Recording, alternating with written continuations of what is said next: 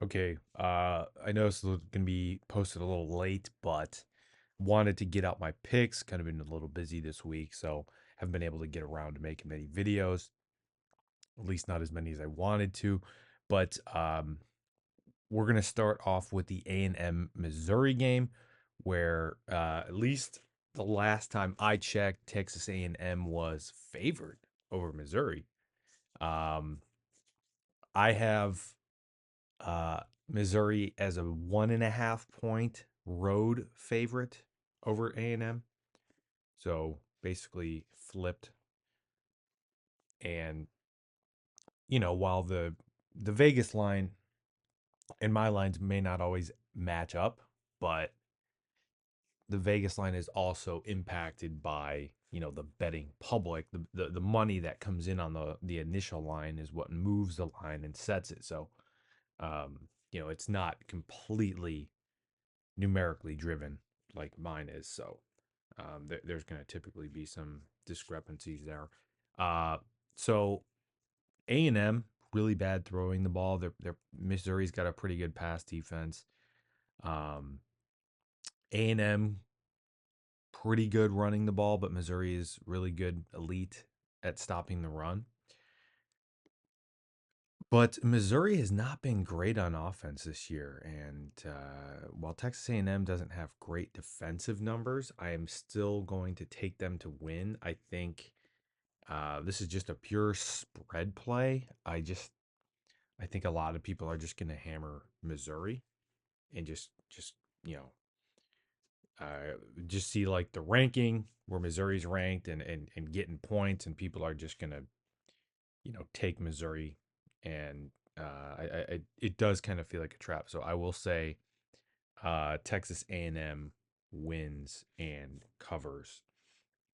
Now the next game we're going to be looking at is Ohio State Iowa. This is actually down to -18. I just saw on game day. Um, I've got Ohio State by 36.5 over Iowa at home. Um, Ohio State's a really good rushing offense. Iowa's really good at stopping the run. I was really good at running the ball, and Ohio State's really good at stopping the run. Obviously, throwing the ball, huge mismatch there. So I think Ohio State's going to be able to sell out against the run.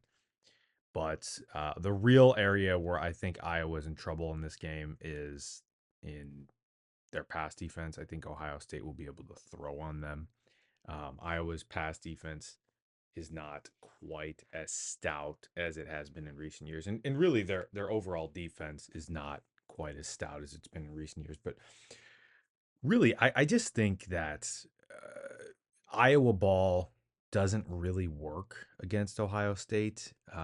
Teams like Ohio State, teams with talent, like a big talent discrepancy. And Iowa's got some good players. They always send players to the NFL, but I just think there is like an upper limit to the teams that Iowa ball will work on. And Iowa ball did work on Ohio State several times during the Tressel era. Even that one game where they just nuked Ohio State when Urban Meyer was the coach. But I just think what Urban Meyer or what Ryan Day and Chip Kelly have turned Ohio State's offense into. I think it's just too much for a team like Iowa. There's just too much perimeter talent and athleticism. And I don't think that Iowa can really be anything more than an annoyance for Ohio State. It's probably going to be an ugly first half, and Ohio State fans are going to be beside themselves. But I think eventually Ohio State will pull away. These two teams played in 2022 in Ohio State or in Ohio Stadium, and Ohio State won 54-10. People talk about, how can Iowa win this game? They need turnovers, they need to force a lot of field goals. Well, they did that in 2022. They even had a scoop and score touchdown. I think Ohio State turned the ball over twice. Iowa forced 5 field goals, and they still lost by 44 points. They lost 54-10. So, I'm predicting some nice runs by Caleb Johnson early on in the game. Probably tight end Luke Lachey for Iowa will get free a couple times, and Ohio State fans will be spiraling, but ultimately, I just don't think Iowa can win this game. Uh, they can't really dictate the terms to Ohio State. They can't make Ohio State play their way. I don't think. Um, they can do that to most of the Big Ten, but there's just an upper limit to the teams that Iowa can do that to. Um, you know, Iowa banks on you making mistakes, keeping the game close, chewing up the clock, limiting the number of possessions you have. But I think as offensively challenged as Iowa is, at least with throwing the ball, Ohio State's just going to be able to key on the run and really sell out to stop the run and not really worry about Cade McNamara beating him, over the top. Um, so I'm going to take Ohio State to win and cover. I would predict something like, I don't know, 33, 33-10, something like that. So I'm going to take Ohio State to win and cover. Arkansas, Tennessee. Tennessee, my power ratings actually kind of like Tennessee a decent amount. So Tennessee's a 13.5 point road favorite. I've got them as a 19.5 point road favorite. Tennessee is really good. They're really um, statistically elite in a lot of different categories, and I just I really think Tennessee is, until proven otherwise, they're a juggernaut this year. Um, Maybe a little tough for Tennessee to run the ball on Arkansas, but that's about it. I'm actually going to take Arkansas to cover in this game, though. I don't know. I just kind of have a gut feeling. Um, so I will take Arkansas to cover in that game. Um, Not a whole lot to love in terms of the matchups here. You know, passing. Tennessee outclasses them in just about every category. But I don't know. Road games in the SEC. I think Arkansas might keep it a little closer than the 13.5 point line. So I will take them to cover. Not a high degree of confidence in that.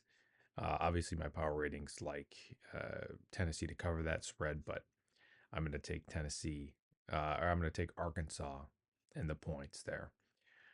Michigan at Washington. So Washington just lost to Rutgers last weekend.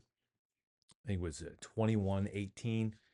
And I think Washington became the third team in history or something like that to rack up over 500 yards of offense and not score more than 20 points or whatever it was. So it was just a really fluky game. A lot of missed field goals. A lot of, I believe they had some turnover issues as well. But shockingly, my power ratings love Washington. Statistically, they profile out as a really good team. They're a lead against the pass. Obviously, that doesn't really matter against Michigan. And the issue here, though, is that Washington is kind of mediocre against the run, which is what Michigan loves to do. That's really all they do. Um, Michigan's really good on defense, and Washington's actually pretty good on offense. They are favored by 2.5 points, and kind of surprising to see that. And I am going to take Washington to cover the 2.5 point line. Michigan is just not a team that you can trust. Washington is far more competent offensively than Minnesota was. And Minnesota, yes, it was garbage time. Michigan jumped out to a big lead, and Minnesota didn't start moving the ball until very late in the game. And they had that onside kick that they recovered, but they called offsides on it. The refs did, and just completely blew the game, completely sold the game for Minnesota. that game did not unfold like I expected to. I expected Michigan to just kind of slowly grind them down and win like 20-6 or something like that. But really, it was a just a few big plays for Michigan early. I know they had like a blocked punt. They got very short fields, and that's how they were able to score most of their points. But other than that, they really could not put together drives in that game. It's really hard for Michigan to put drives together, long drives without big plays. They need big plays, or else they don't really score. Another thing is, I think Bill Belichick is going to be involved in the game plan for Washington because his son Steve Belichick is the defensive coordinator at Washington, and I just there's no way you can tell me that Bill Belichick is not at least somewhat involved in crafting the defensive game plan for Washington. And what is Bill Belichick known for? His whole career, the Patriots were always known for taking away your best offensive weapon or your best offensive move. Whatever you do best on offense, whatever your bread and butter is, Bill Belichick would craft his game plan around taking that away from you. And I think that's what they're going to try to do here against Michigan.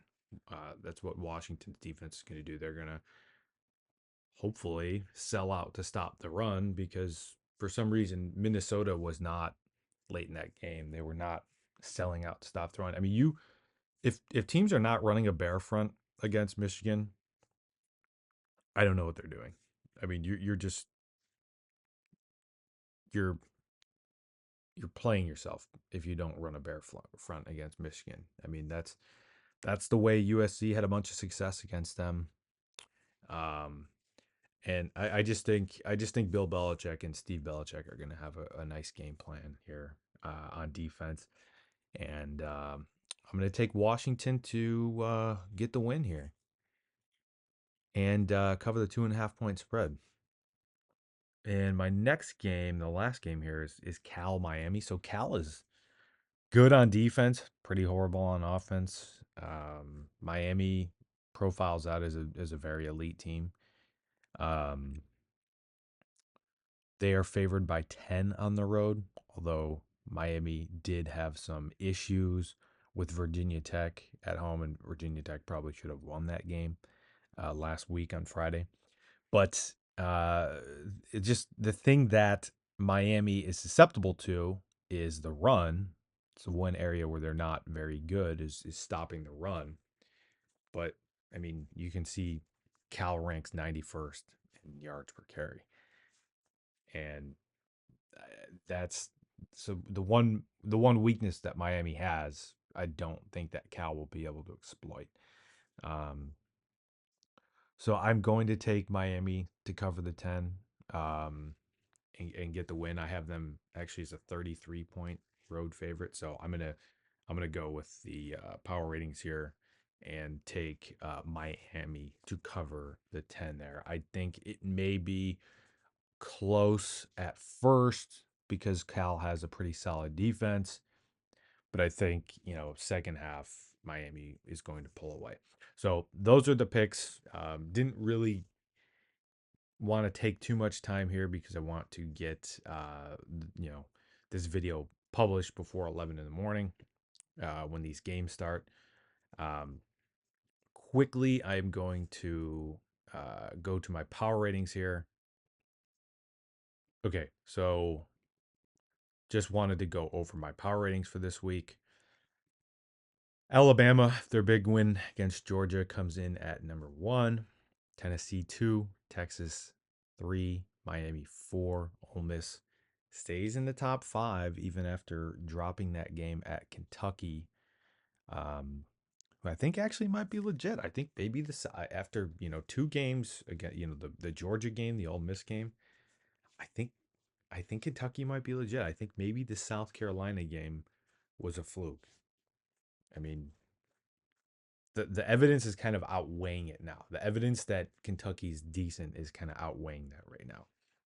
Ohio State is 6, but that's because they're the 123rd ranked strength of schedule. If we take strength of schedule out of the equation, Ohio State narrowly edges out Texas as the best team in the country.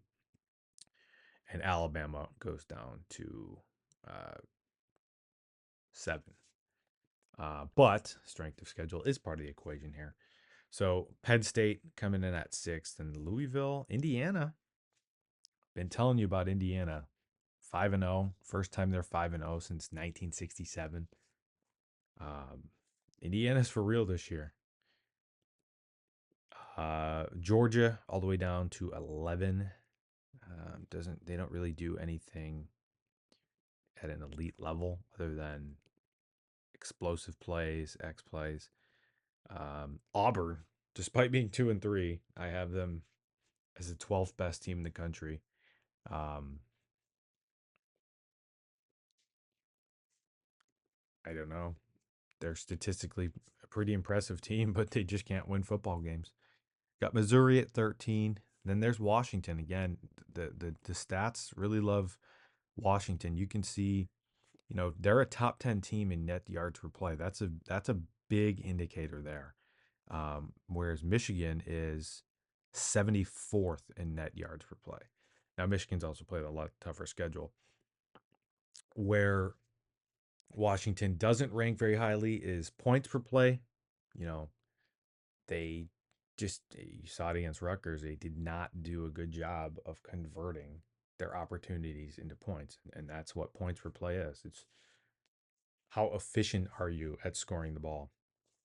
And how inefficient do you make your opponents scoring? So Oregon's already played. These rankings don't reflect that.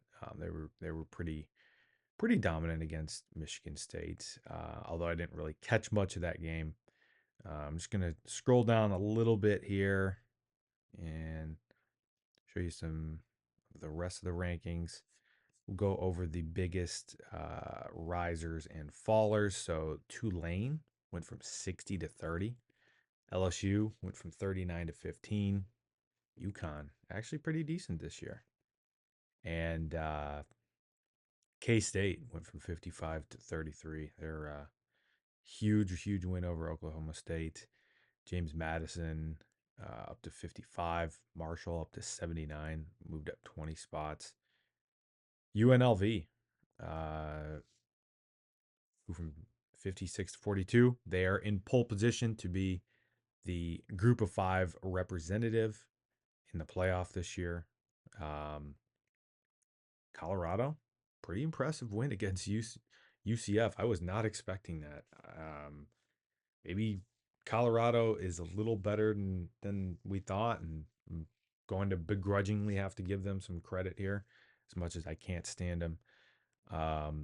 Oregon, after their rocky start, they're moving back up the rankings here, up to up from 28 to 18. Again, that doesn't factor in the Michigan State game. Alabama 6-1. Minnesota 48 to 44 after that strong showing, respectable showing against Michigan. Droppers, NIU after the SMU game, or TCU, SMU, TCU. I get them confused.